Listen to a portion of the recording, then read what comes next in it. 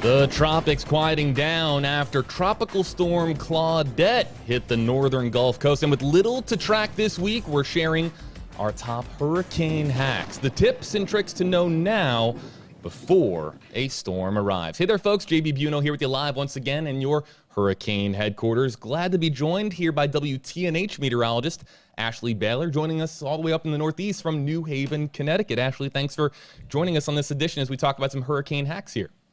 Oh, no. Thank you for having me. Hurricanes are the reason I wanted to become a meteorologist. It'd be great to pick Ashley's brain here. Again, joining us from WTNH News 8 in New Haven, Connecticut. We'll be hearing from her in just a moment. Again, if you want to use the Facebook Live comment section, we're going to be featuring some of your questions here. Just use one of the hashtags that you see here on your screen on Tracking the Tropics. You can use hashtag Hey Ashley, hashtag Hey JB, or hashtag Hey Rebecca for meteorologist Rebecca Barry joining us at the wall there to talk about what we're seeing on visible satellite and on those hurricane hacks, Rebecca. Yes, so a lot of us have been through the basics. We know what we need to do for storm season, but the more storm seasons you live through, the more tips and tricks you learn to make it just a little bit easier and just a little bit better. And so we're going to go through some of those that we have compiled over the years just to make your mind a little more at ease and you can be a little more ready for the season. And so take a look at the visible satellite right now. We've got two little blobs out there that we're watching.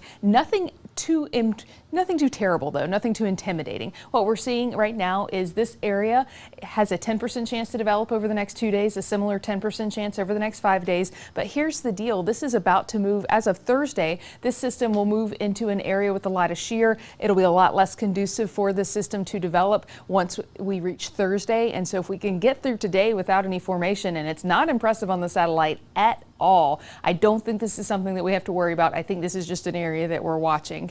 There's another area just now rolling off the coastline of Africa that we're also watching. Has a 0% chance to form over the next 2 days. We love 0% chances when it comes to the tropics. It only has a 20% chance to fire up over the next 5 days. And we were talking in the weather office and the comment was brought up, it's a little early to start seeing them roll off the coastline of Africa here. So certainly getting a little bit of an earlier start to that sort of thunderstorms rolling off the coastline of Africa with the potential to start swirling. So that's what the next one to watch, to keep an eye on, but it's still going to move it in the same sheared environment because this time of the year we do have a lot of wind shear anywhere from Puerto Rico all the way south into the Windward and Leeward Islands. In fact, this time of the year, this month in particular, our formation zones are mainly in the Gulf and all the way up the coastline. So this is where it's most conducive for us to see a couple of storms fire up. So all's relatively quiet in the tropics right now, which we like to say.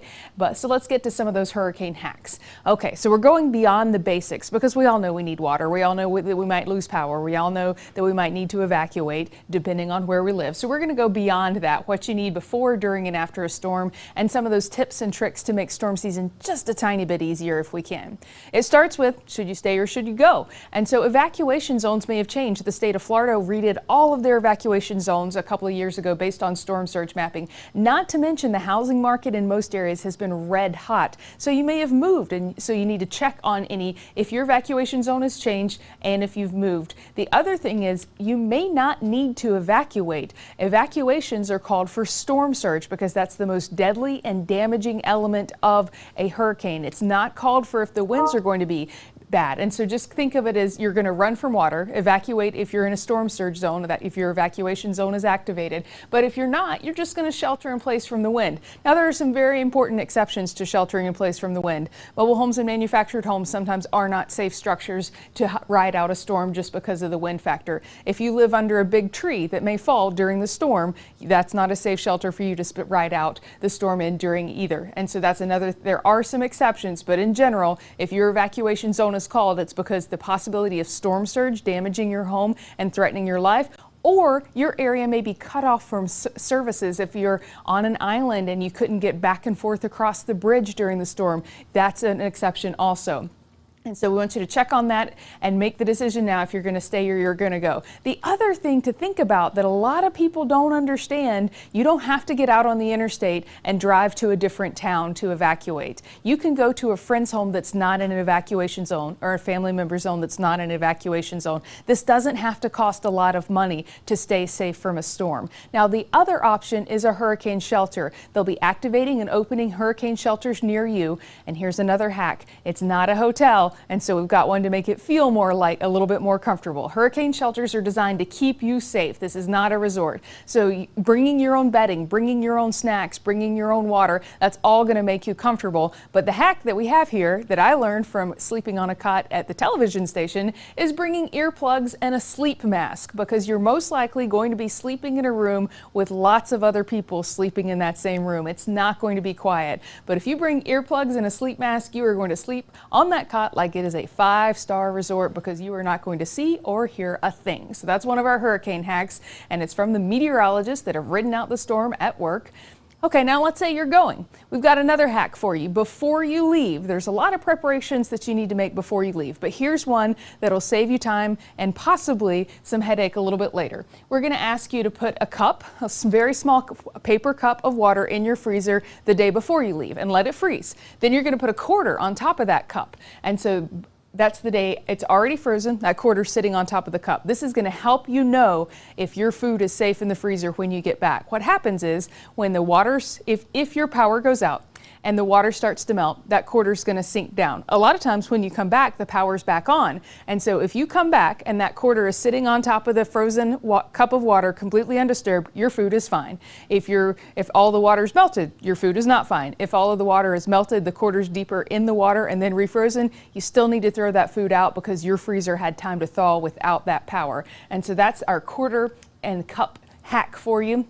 Now, another thing, if you're staying, let's talk tub stoppers. A lot of people fill up their tub before a hurricane so they can use that water for bathing, for maybe wiping things down, or to flush your toilet. There's a couple of things with this. Tub stoppers are a big seller prior to a storm because a lot of people's tubs don't hold water for the extent of time that you would need to. Either you get that aging ring around your drain, whatever the case is, tub stoppers are a big seller right before storms because people do need to store water in that manner. Now, water in your tub is not drinkable. Please don't drink that. You can't clean your tub enough for that to be safe to drink. So this is just water for flushing your toilet and maybe cleaning or bathing and that sort of a thing. But talking about tub stoppers, a lot of stores aren't going to have a big stock of those because there's not a giant need in your everyday life for a tub stopper, but right before a storm, they do often sell out. The other thing to consider about filling your tub up with water, if you're on city services, you're most likely not going to lose running water. If you're on a private well, it's completely different. If you lose power, you lose running water if you're on a private well. But a lot of folks are not on their own private wells and septic systems, and so even though they lose power, they will continue to have running water in most. Then you add to that draining the tub after a storm passes through, it's adding stress to an already flooded water system. We're going to go ahead and bring in Ashley right now because what I cannot speak to in the least since I've lived in the South my entire life is how you prepare for storms a little bit further up north, and you're the perfect person to tell us about it, Ashley.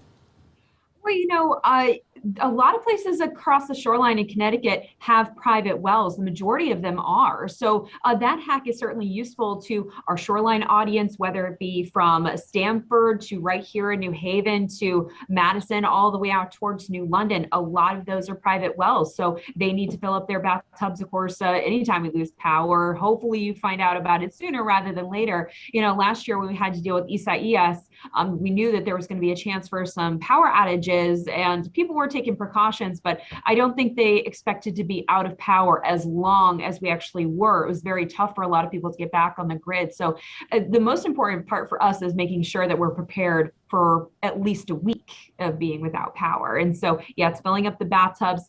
And what's interesting for us is up here, we have a little more forestation than you would say down in Florida. So we have a bigger concern of not only losing power, but, just staying out because of all the trees that have come down. It's very, very tough to clear them out here. And we've talked about that for years up here, that it's probably not a matter of if, it's probably a matter of when we get the next big storm, all of these trees coming down. I mean, it will completely change the landscape of New England depending on where a storm hits here.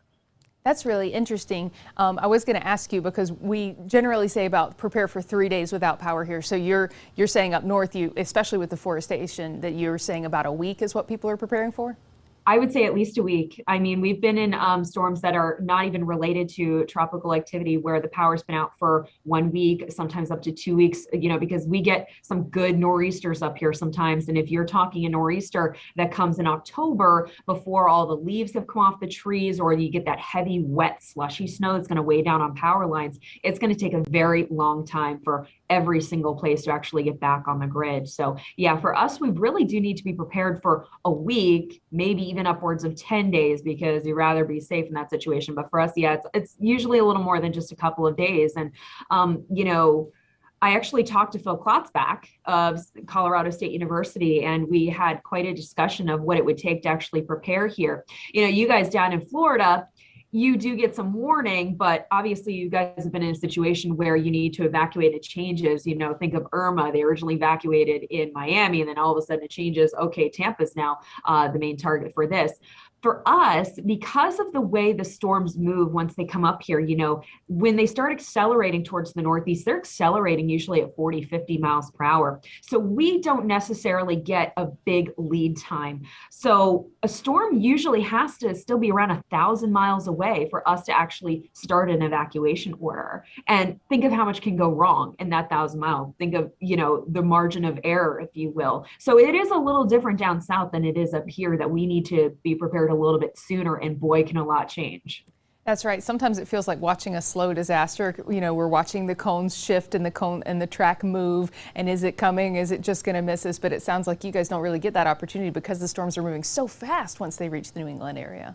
They do. I believe it was Hurricane Floyd. I mean, it made landfall in the Outer Banks, and then it came up here. I believe it was extratropical by the time it came up here. And then all of a sudden the stars were out at night. So you're talking, look how far that storm moved from the Outer Banks in the morning, and then the stars were out at night up here. It's unbelievable how quickly they move. And, to some degree that benefits us, that storms are not typically going to kind of hang around and, move slowly, thus causing more flooding here. The main threat for us would really be the tree damage. Not that we're not going to get storm surge, not that we're not going to get river flooding, but I would say to some degree, the trees will inevitably be the bigger problem for us. And then you hear the buzzing of chainsaws for weeks after that, and then comes the debris issue. Luckily, you're not dealing with, I call it the curse of the Carolinas, that Carolinas and Virginia area, because if storms are just going to sit and cause some inland flooding, that's the zone where that happens, where the storms just kind of make it there, move inland a little bit, and we see the torrential rain and those torrential downpours.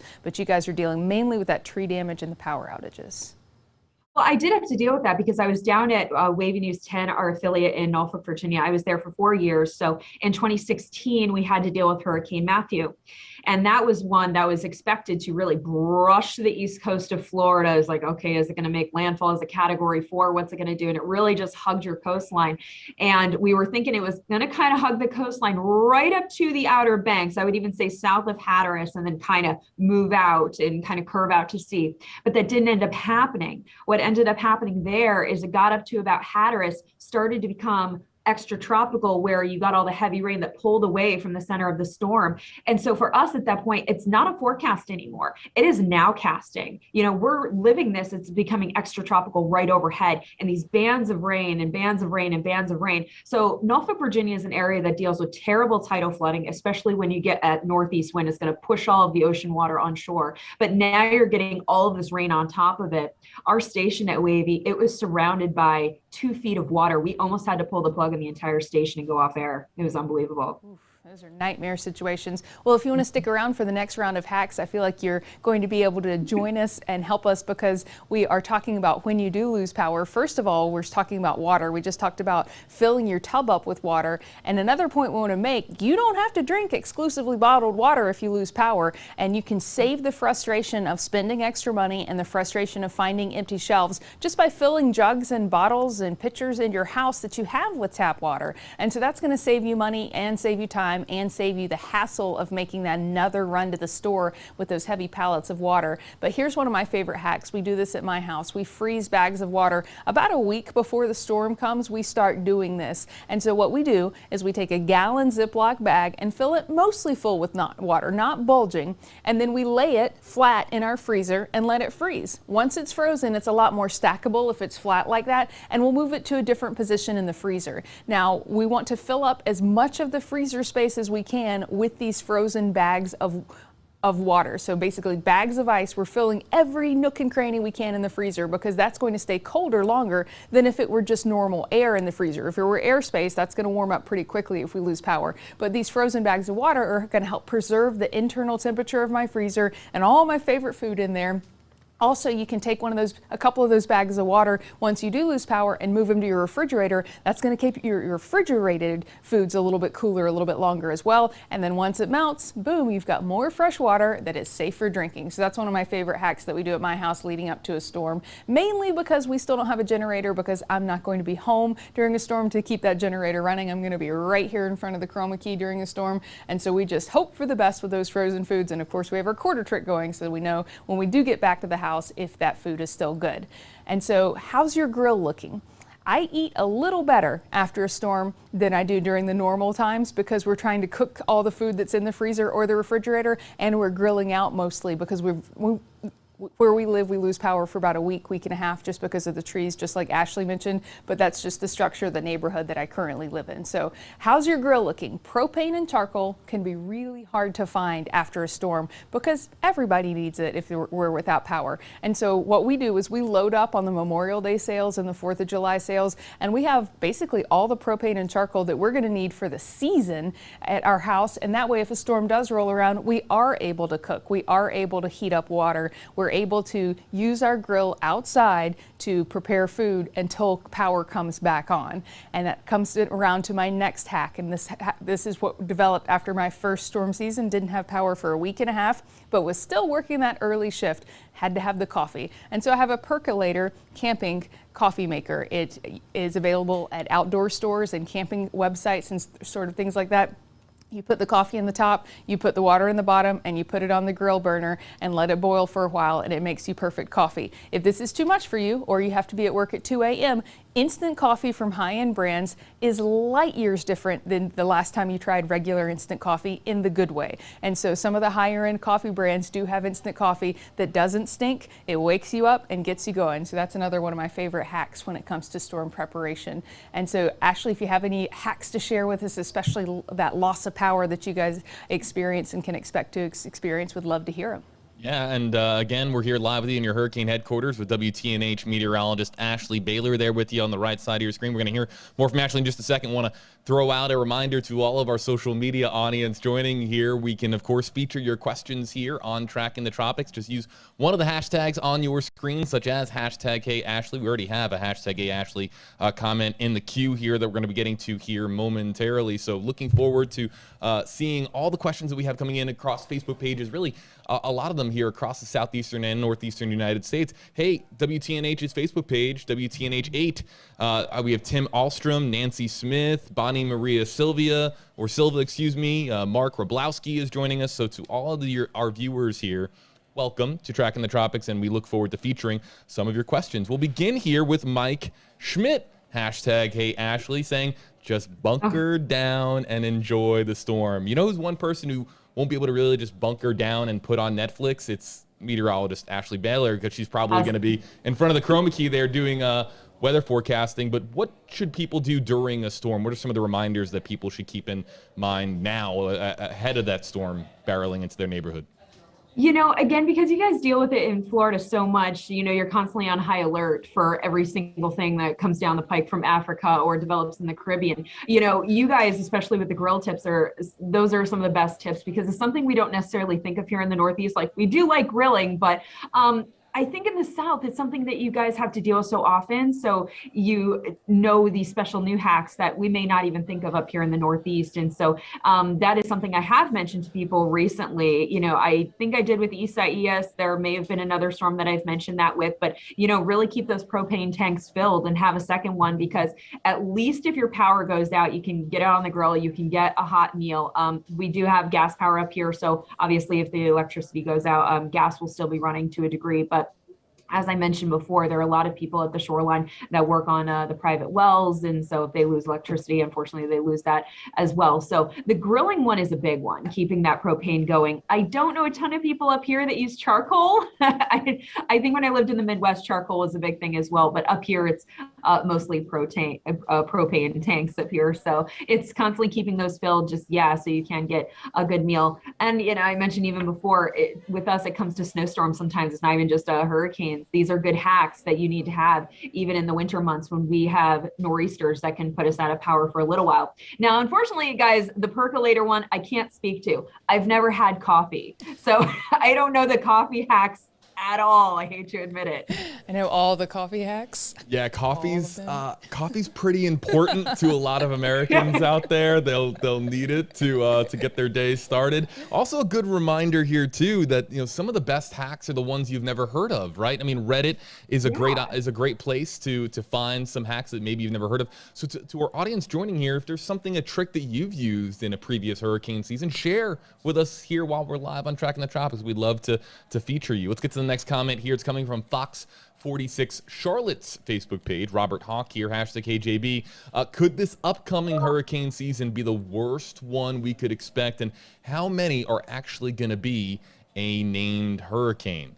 This is one of the reasons why we did that episode, I think it was a couple of weeks back, about the NOAA season prediction, the NOAA season forecast, and the Colorado State University season forecast. But I'll throw you guys both up here on screen. Who would like to start here? Maybe Rebecca, you want to talk about what we could see this season? Yeah, and so all of the forecasts are calling for an above average season. None of the forecasts are calling for a season as unprecedented as we had last year, with so many named storms and so many storms affecting the same region of Louisiana, Mississippi, that coastline there.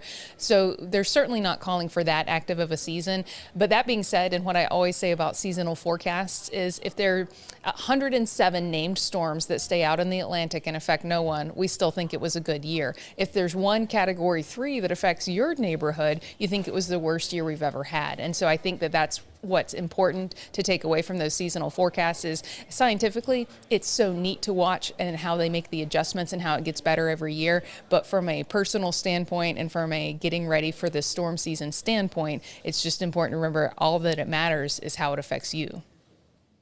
Oh, yeah, absolutely. I think it was in 2010, there were 12 hurricanes, but none of them made landfall here in the US. So still considered an average or even above average season, but, they really didn't affect the US. And you're going to have a ton of meteorologists out there that say it really only takes one. Look at 1992. You didn't have your first named storm until August, and it was Hurricane Andrew, but it was a Category 5 hurricane.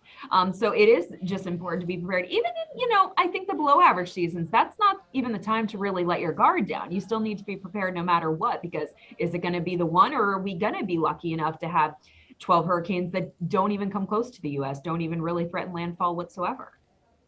Let's get to this comment that just came in here. Ashley, a little bird has reached me and saying that something a little bit about Wavy 10 TV there in Virginia, because this is from the station itself. They say #Hey Ashley, and they're saying hello. I believe this is your former station here, saying hello from Virginia. Hi, Jane. I know exactly who it is. Hi, Jane. Hi, Brian. Hi, everybody there. I had the pleasure of working with some fantastic meteorologists, Chief Meteorologist Don Slater down there. He's about to celebrate 40 years down at Wavy. And so what an incredible career, and the things that he's experienced and been through. And it's being in different parts of the country that really help you understand the little nuances of where you live, because I started my first full-time career in Wisconsin. So you're talking extremely cold winters, but you're also talking a lot of severe weather there. And then going to Western Massachusetts, we had those 3 tornadoes, plenty of nor'easters, more than I can count. And then going down to Wavy, where I really didn't understand tidal flooding until I went to Wavy. And now that I understand it, I feel like I have a good grasp on it. And it's so cool to live in different parts of the country and understand how weather affects them down there and how different it is from place to place. Because we're talking hurricanes, but look how different the impact would be from a place like Florida to a place like New England. Now, I have a lot of family in Florida. I have family that live in the Villages in Florida and in Boynton Beach and in Lake Worth, Florida. So I have family all over down there. And I will say my aunt in Lake Worth, she's waiting for the good hurricane. She's like, I'm going to grill every day and I'm going to have a hurricane party up here. You would have people cowering. They would genuinely be scared of it. So even the attitude of an incoming hurricane is very different. Somebody from the Northeast having family in Florida. I've never heard of that before. That's so incredibly rare, right? Keith Jones, Lauren Thomas, Cindy Party, Terry Walker, Susan Quebec, just some of the people joining us from Wavy TV 10's Facebook page. Big shout out to them. And also the folks joining us from WTNH's Facebook page. They're in New Haven, Connecticut, where Ashley is now. Ashley's past and present there on Facebook Live watching her. All right, let's get to the next comment here from Andy Alvarado, #KJB. Why is the weather this year already been so different from the past years? I mean, cold weather, extra warm weather, and strange weather in other parts of the world. Thank you. And, to Andy's, we received a very similar comment on the last edition of Tracking the Tropics, noting some of the peculiar weather that we have had here in the United States. Ashley, Rebecca, I don't know who would like to chime in here first, but have we seen some out of the ordinary weather so far this year? I would say that we certainly have seen some extremes. And so I think that whenever the larger weather patterns start to change, El Nino, La Nina, it seems much more bombastic than it was previous years, and things that we didn't necessarily see, patterns that we didn't necessarily see are starting to emerge because we are changing those patterns. I think that makes it more noticeable. I think once you settle in that 5 to 7 years of being in that particular pattern, then when you change back to El Nino or La Nina or even neutral, it makes it more noticeable. Certainly we've seen some extremes in terms of warmth, and we've set some records, and the temperatures do seem to be trending a little bit further warm. Yeah, certainly temperatures are trending up, but I think also it has to do with how people get their weather now, and it's a better understanding of weather. Take it back to 10 years ago before social media was as big as it was.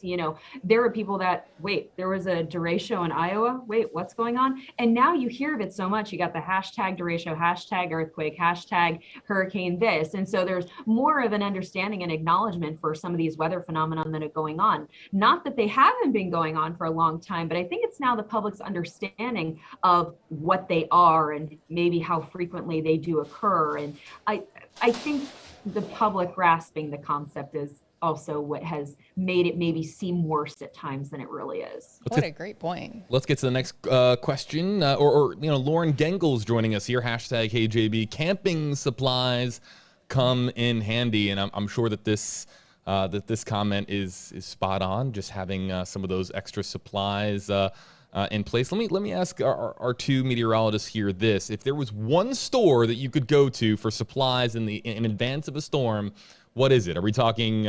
Hey, potential sponsors out there? Yeah, we're talking to you. Home Depot, Lowe's. Are we talking Walmart, Target? How about Bass Pro Shops or Dick's Sporting Goods? I'm going to Bass Pro.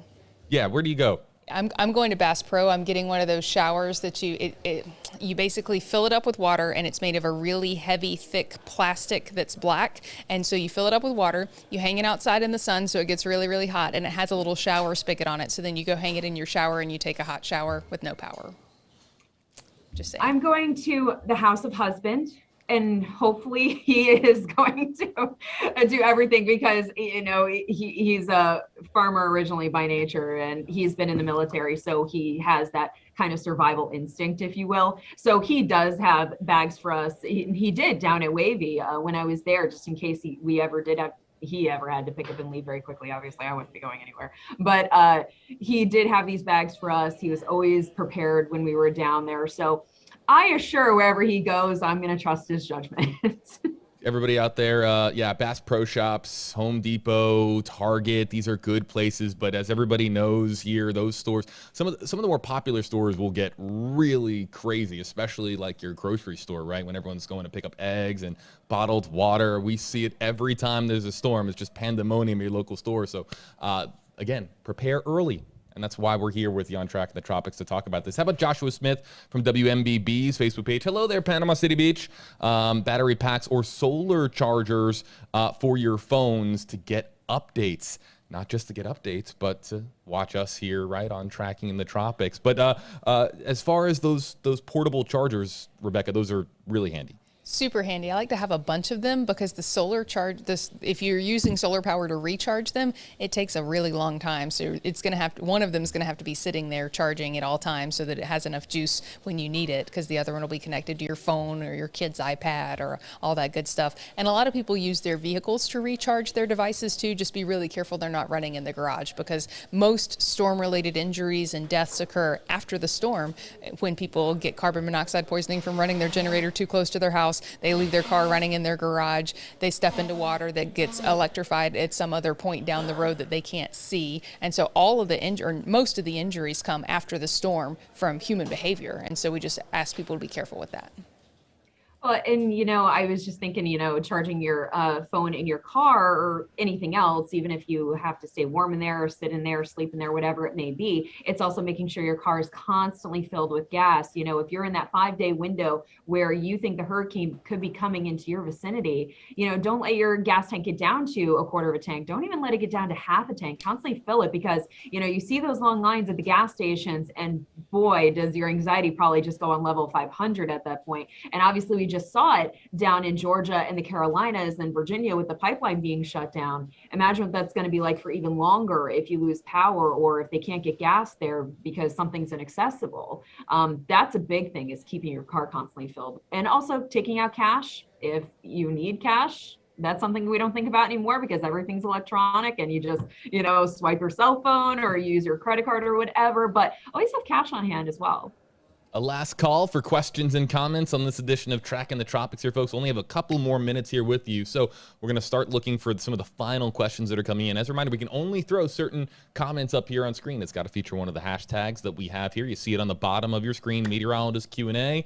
Use the hashtag, ask a question, and the three that we have for you today are hashtag Hey Ashley, hashtag Hey Rebecca, and hashtag Hey JB. But let's get to this one here from Darren Thompson. Hashtag Hey Ashley. You're more of a scientific question here. Does the fluctuation in the jet stream affect the weather? Now, again, not a meteorologist here. I'm going to throw this one over to our two resident experts here on stream to answer Darren's question. Well, Darren, of course, because the Earth constantly wants to be in equilibrium, it really does. And so when it comes to the jet stream, the way it kind of waves, is the jet stream going to be a little bit farther south where you're going to get that colder air that spills across the U.S., or is that jet stream going to lift farther north where you get more warmth coming up from the south? So obviously the position of the jet stream plays a big role in not only how warm or cold it's going to be, but also driving the storms in certain directions.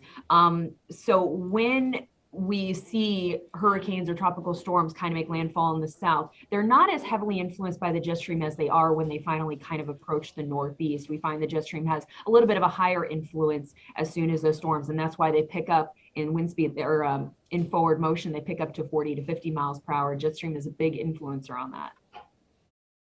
Let's get to the next comment here from David Fassel, hashtag Hey JB. One of the things I use are rain barrels. The water is free. If you lose power, if you lose power, you're set, is what David here is saying. And rain barrels, what do you think about this here, Rebecca?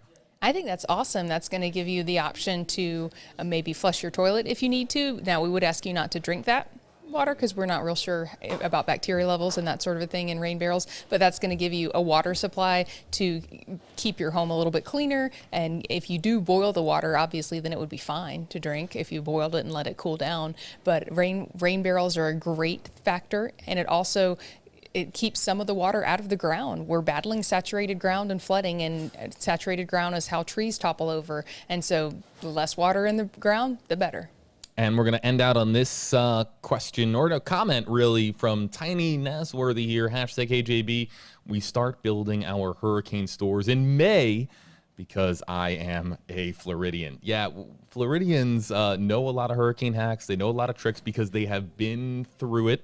And of course, hurricanes do hit Florida, even though last year we didn't get too many storms that really impacted Florida. We, of course, saw the northern Gulf Coast get battered. But you have to be prepared everywhere, southeastern United States and in the Northeast. So before we wrap up our episode here, bring in Ashley Baylor one more time.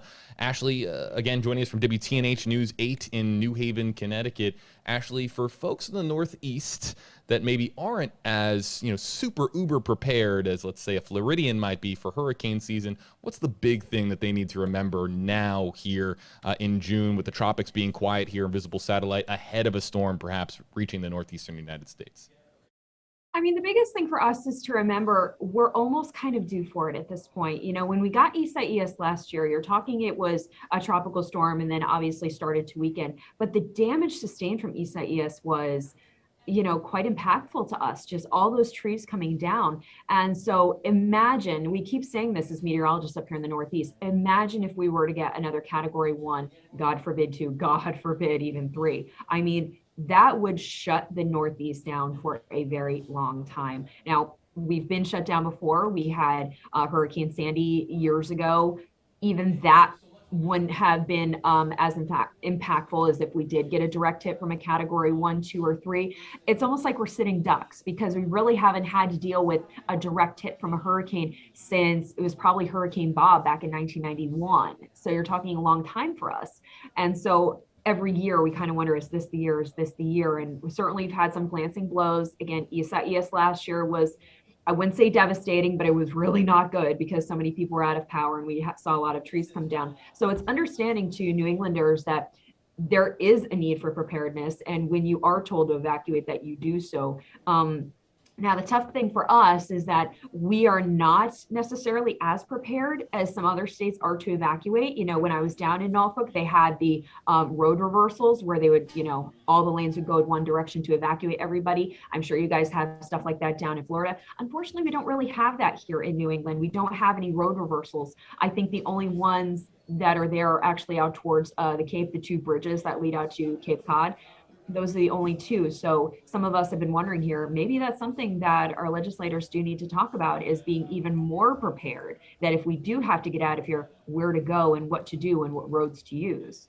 Again, Ashley Baylor joining us from WTNH News 8 up there in New Haven, Connecticut, part of really a phenomenal team up there. I know some members of your team. We're talking about, of course, Gil Simmons, Joe Fury, who we hope to have on here at some point as well. But folks, if you're joining us from New England, go check out Ashley Baylor. If you're just joining us here on Tracking the Tropics, give her a follow, folks, on social media. But that's going to do it for this edition of Tracking the Tropics. We are here, of course, Wednesdays, 2 o'clock Eastern, 1 o'clock Central, with some of the best meteorologists in our company here as part of Nexstar Nation. We have access to so many meteorologists and their invaluable expertise and experience in tracking storms. We're here live not just Wednesdays at 2 o'clock Eastern, 1 o'clock Central, but also when a storm develops. And it'll be right here in the palm of your hand on the website, app, or social media platform that you're currently watching on. So we'll continue to monitor the tropics here. We'll be back on Wednesday at 2 o'clock Eastern, 1 o'clock Central, or sooner if something develops here in the Atlantic. For Ashley Baylor and Rebecca Barry, I'm JB Buno. Thanks for joining us on this edition of Tracking the Tropics.